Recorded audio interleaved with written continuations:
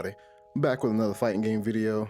This past weekend I was just trying to mind my own business, watching King of Fighters 5 videos, trying not to get the latest spoils of Spider-Man No Way From Home.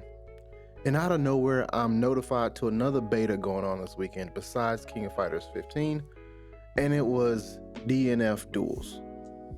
Now I haven't been keeping up with news on this game like I should have, but after playing the beta for a decent amount of time, not as much as I wanted, but a decent amount of time, now it has my full undivided attention. And how do you get my attention the fastest, you might say?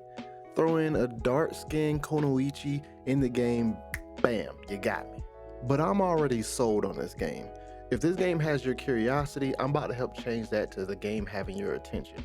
So I'm going to start by going over the pros and the cons for the game. And personally, since I like getting the bad news first and then the good news, I'm going to go ahead and start with the cons for the game. So the first con I want to talk about is the gameplay is kind of slow. So if you're used to that fast-paced, action-packed gameplay like Dragon Ball FighterZ or Guilty Gear Xrd, you may be disappointed, especially for an anime fighter. The walk speed in the game is pretty abysmal. There's not really any kind of air dash, there's no air blocking. So for the most part, it looks like the game is going to be centered around fundamentals for the most part. So that might be a turnoff for some players. Me, I personally don't mind the gameplay being a little bit slower because I actually like footsies. The next con I want to talk about is the mechanic awakening skill, which essentially is the super in this game. So I don't like how the game, this is a personal gripe for me, I don't personally like how the game locks supers behind your health. So you're only able to use your super or your awakening skill once you reach 30% health or lower, then that's the only way you can actually activate your super. DNF Duel is looking to be a game that's going to introduce a lot of new players to come to fighting games. The only problem is I'm worried it's going to have them develop bad habits. So having people rely on their supers whenever they're near death is only going to make newer players rely on supers other than actually, focusing on other fundamentals like, meter management and defensive maneuvers. So like, I don't think this is the route they should take, to have supers only locked behind your health. You should just have it where you can use it when you have meter.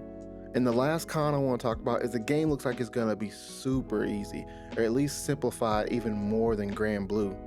Whereas I thought Grand Blue was already a simple enough game, and I'm even hearing to the point where it's kind of laughable that some people are comparing DNF Duel to Fantasy Strike, which is really like a introduction to fighting games, but it's not that simplified. So in DNF, the game only has two attacks, which is basically the A attack and the B attack, which it looks like a light attack and a medium attack. And then the game actually just has a special attack, which is, if you're on the PlayStation, is O, and if you're on the Xbox, I believe is B. So this special attack button allows you just to press one button and bam, you have your special moves out. So let's just say Ryu, for example, if you want to shoot a fireball or Hadouken, all you have to do is hit forward and special attack. Bam, you shot a fireball. So the game makes it really, really simple when it comes to combos and special moves. And it doesn't stop there. It even goes as far as the super as well. With the super, you don't have to press any type of quarter circle forward twice or anything like that. No, you just press the, I believe the awakening skill button is tied to L2. You just press one button, bam, you do a super. So the game is really simplified in that regards.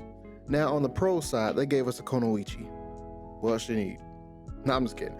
One pro is definitely the game looks stunning. It's not on the same level as Guilty Gear, but the game still looks really good nonetheless. The colors are vibrant, the characters pop off the screen. The animation to every move in the game is really detailed. The game just looks really good. The next pro I want to talk about is the online play. It's really smooth and it uses rollback netcode.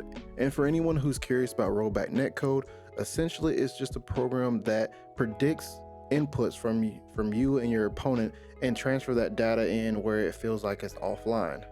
If the program predicts the inputs correctly, the game will run like it's offline. But if the inputs are predicted incorrectly, then it possibly could be some frame drops, but it's usually at a minimum. So if you ever notice players is like constantly pressing buttons and then you see the online starts to kind of like, skip, that's just because there's a lot of inputs that the program's predicting. But while I was playing online, the game ran really smooth for me. Didn't run into any problems when it came to connection. There was no, frame drops. There was no lag or anything like that. The game felt really smooth, and that alone is going to separate it from other fighting games. Also, the online lobby system, I've gotten used to it. It reminds me of the Dead or Alive 4 days whenever you had an avatar and you can kind of like walk around and stuff like that. It feels like that in the same way it is in Grand Blue. And the last pro I want to talk about is that it looks like the game is going to be simplified for new players. Now, I already used that as a con earlier, but hear me out, I also want to use it as a pro because I feel like in 2022, when it comes to fighting games, it looks like the most games everyone's going to be playing is still going to be Guilty Gear and the new King of Fighters. I feel like these games are kind of targeted around like intermediate players, so for people that are trying to get into fighting games, I feel like this game is going to be perfect for them. A lot of fighting games are simplifying their mechanics. Street Fighter made their combos a little bit more easier to pull off in Street Fighter 5. Dragon Ball Fighters made it where you can do some flashy combos just by pressing medium punch 3 times. And this game is going to be a little bit easier than those, which is going to allow newer players to pull off cool looking combos without having to put hours within the game. And it's even going to have something for intermediate players with the new conversion mechanic that's in the game. This new mechanic will allow you to sacrifice some of your white health in order for you to cancel your attacks and to extend your combos. So it's going to have a little bit something for everybody. Alright, so that's my early impression of the DNF Duel game. Looks like it's shaping up to be a really fun fighting game, and I really can't wait for more news and for it to be released. So thanks again for checking out the video, and take care.